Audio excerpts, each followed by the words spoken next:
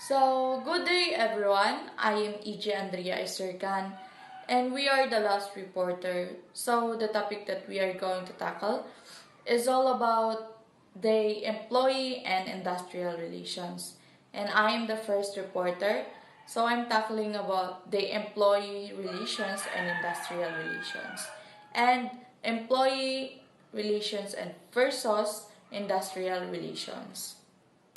So the first one is employee relations. So employee relations, it is generally focuses on the restrictions and agreement between the industry to its workers in various level of collectivization as a union or a individual. So ang employee relations DI is naga-focus ni siya sa pag-restrict or paghatag og agreements between its workers or every individual of employees inside the industry. So, mao to ang employer relations. And the next one is industrial relations. So, the term is synonym and associated with collective, such as the mass movements of workers, trade unions, and others. So, ang industrial relations DI it is the relationship between the employees and employers. And it is about on how they work together, communicate together, and resolve problems together. So, ang kalahian dahil sa employees and employers is, ang employers is mao ni siya they are the one who run the business and hire people. While the employees is mao na sila ang nagatrabaho for the employers. So, mao to ang kalahian sa employees and employers. So, the last one is employee versus industrial relations.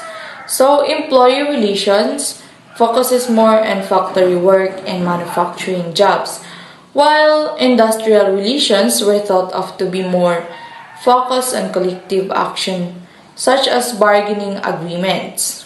So, ang employee relations is mo ni siya ang naga-focus sa individual level, like the relationship between an employer and each individual employees. And these things include like employee engagement and performance management. So, ang employee engagement is mo ni sila ang naga-make sure nga ang ilang employee is they feel valued and respected. While performance management is mo ni sila ang nagaset og goals, naga-provide og feedback, and naga-support sa ilang employees. And while the industrial relations is naga-focus ni siya sa big picture, like the relationship between an employer and employees as a group, not as an individual. So these things include like collective bargaining and labor laws. So, ang collective bargaining is mo na silang naga-negotiating o contract between employers. While ang labor laws is sila ang naga-understand o naga-apply og laws na maka-apekto sa employers and employees. So, mao to ang kalahian sa industrial and employee relations. That's all. Hello, my name is Rovic Musico and this is my report. Psychological contract and why it matters. This means that the relation within the corporate structure is guided and predicted on a set of practices and expectation between them. In essence, it describes the unwritten, unspoken understanding and assumption that shape how employees or employers interact and behave within an organizations. Relationship attachment, compliance and commitment. Compliance has different forms and roots, sources of power present in the interactions. It's Zioni, 1975. Sources of power. Coercive. It based on the threat of punishment. People comply to avoid negative consequence. Remu- remun- remunerative. It based on the other offer of rewards. People comply to gain positive incentives.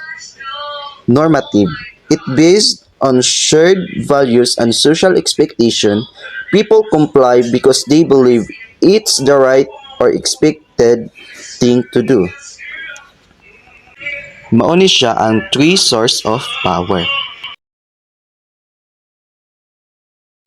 Good morning, sir. My name is Larmi Mindanya, and this is the continuation of the report. So, these are three forms of involvement. First is ang alienative. Ang alienative is nag-refer ni siya sa mga tao naka-feel o left out sa decision-making process.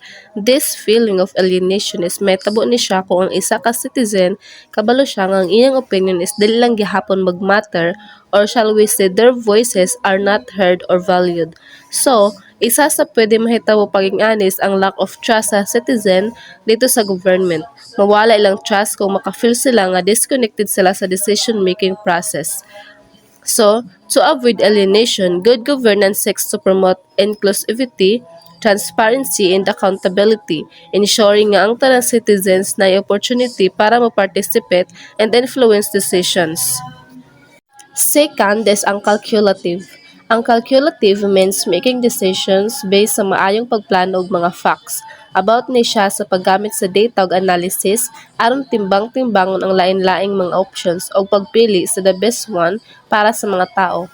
Ang isa ka calculative nga pamaagi gisigurado nga ang mga decision epektibo ug mag-lead sa positive nga resulta.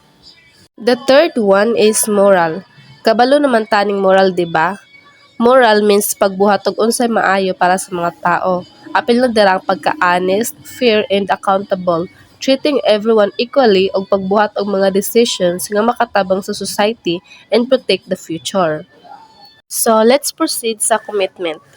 Commitment, it is about involvement or moral bond between employer and employee and sharing an optimistic view that leads to a mutually beneficial relationships. So, when we say commitment, dili lang ni siya sa relationship magamit. Of course, ang commitment is magamit po ni siya pag-abot sa business. For example, pagka ng sa imong business partner, of course, kinahanglan nga mo commit mo duha sa usag-usa. Kay ang commitment mao ni ang way para ma-success in yung business. Good day, sir. I am Judarity Magdalan from BSBA 3. Unitarism. It is a view that assumes that companies and their employees are like-minded and those share values and commonalities such as norms and aspiration. Ang unitarism example is kanang isa mo ka team nga ga-unite mo ugalihok mo asawan ug ang tanan niyang tunon agree ang tanan kanang nagkahiusa gali mo sa isa ka kumpanya mao na ang unitarism. Two distinct form of commitment. Additional commitment, it can be distinguished with a physical bond of employees and employer that held common norms and values.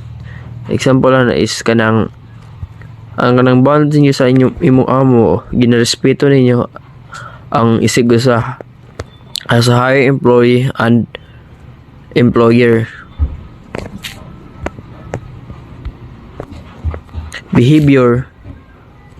Behavioral commitment described as a going beyond expectation loyalty to the company. Example lang is kanang dedicated jud ka sa imong work o imong loyalty sa inyong company. Mao na sa dapat loyalty ka sa inyong company. Good day, everyone. Good day, Sir Salinas. I'm Jean R. Tadlet. My task is about pluralism. Pluralism, it accepts the notion that there are differences in objectives, norms, and perspectives which then create groups or unions. So, pluralism is a concept that refers to the coexistence of diverse groups, beliefs, or values within a society. It emphasizes the importance of recognizing, respecting, and different perspectives, cultures, and ideologies. In a pluralism society, various groups maintain their unique identities while contributing to overall social fabric.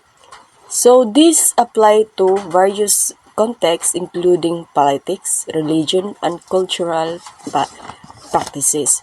So the example of pluralism can be seen in the United States where people from various ethnic, cultural, and religious backgrounds coexist. For instance, cities like New York or Los Angeles are known for their diverse populations, where communities celebrate their unique traditions and practices while also participating in shared civic life. This environment allows for a vibrant exchange of ideas and fosters mutual respect among different groups. So pluralism is nag-refer siya sa mga ethnic groups nga kailangan difference man ang atong mga dialogue but nagrepresenta to respect their groups. So the next is the radical marches. Radical marches, class and exploitation of workers are the central notion behind the radical marches perspectives. This alienation from work is the driving force for marches, though that fueled class division and exploitation. So radical marches is an political and economic ideology that that builds upon the principles of Marxism, advocating for a fundamental transformation of society to address issues of inequality and class struggle. It emphasizes the need for revolutionary change to dismantle the capitalist system and replace them with a socialist or communist society. Radical marchers argue that capitalism inherently leads to exploitation and oppression of the working class. So this consider a proletariat by the owning class. So this approach often critiques not just economic structures but also social and cultural institutions that frustrate inequality. Radical Marxism calls for collective action and mobilization of the working class to achieve a more just, equitable society. So the example of radical or marches, example of this is the Bolshevik Revolution in Russia in 1917, led by figures like Vladimir Lenin. The Bolsheviks sought to overthrow the existing capitalist system and establish a socialist state based on Marxist principles. So they aim to eliminate class distinctions and redistribute wealth, ultimately leading to the creation of the Soviet Union. So this revolution was a significant historical event that exemplified radical Marxist ideas in action. So that's all. Thank you. Hi everyone, I am April Elevator and my topic is industrial relation as a system. So in 1958, a man named G.T. Dunlop or John Thomas Dunlop created the idea of industrial relation as a system because for Dunlop, he says this system is rooted in ideas of input, processes, and outputs. So outputs for the notes can he defined this by substantive and procedural rules. For some is rather and hard cuts.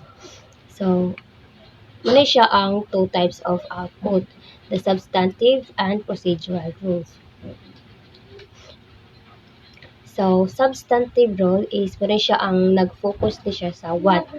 For example, let's say nga, ang worker sa manufacturing industry, kay ang minimum wages niya is 350 per day. So, this means that the worker must be paid at least 350 an 8-hour workday.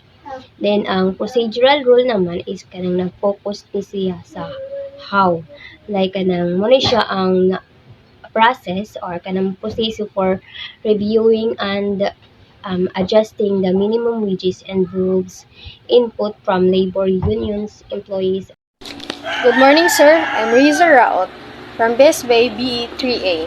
These are the three pillars that are the independent variables under inputs. These are actors, context, and ideology. Actors, a person or entity, takes action or has the ability to influence a situation. Context, the surrounding circumstances or environment in which an event or action occurs. It provides background information and helps to understand the meaning and significance of the actor's action. The example of actors. A politician is participating in a national election. Context. A national election, their action and decision are influenced by their ideology. The politician ideology might be hate and liberalism, conservation, or socialism, which influence their campaign promises and policy. Two types of context. Market influence. The market influence encompasses the various forces that shape the economic landscape and directly impact businesses, industries, and even individual consumers. Technological influence. Influencing how people act, interact, and think. It can have both positive and negative effects, and it's constantly changing and growing. Good day, sir. My name is Jimar Sorsido Quezon. My topic is all about processes synthesis. Ang mga prosesong kinilakip sa mga kasabutan sa kolektibong pakig-istoryahanay sa pagsulbad sa pamaagi sa pag-abot sa usa ka kasabutan diin ang duha ka partido magkauyon.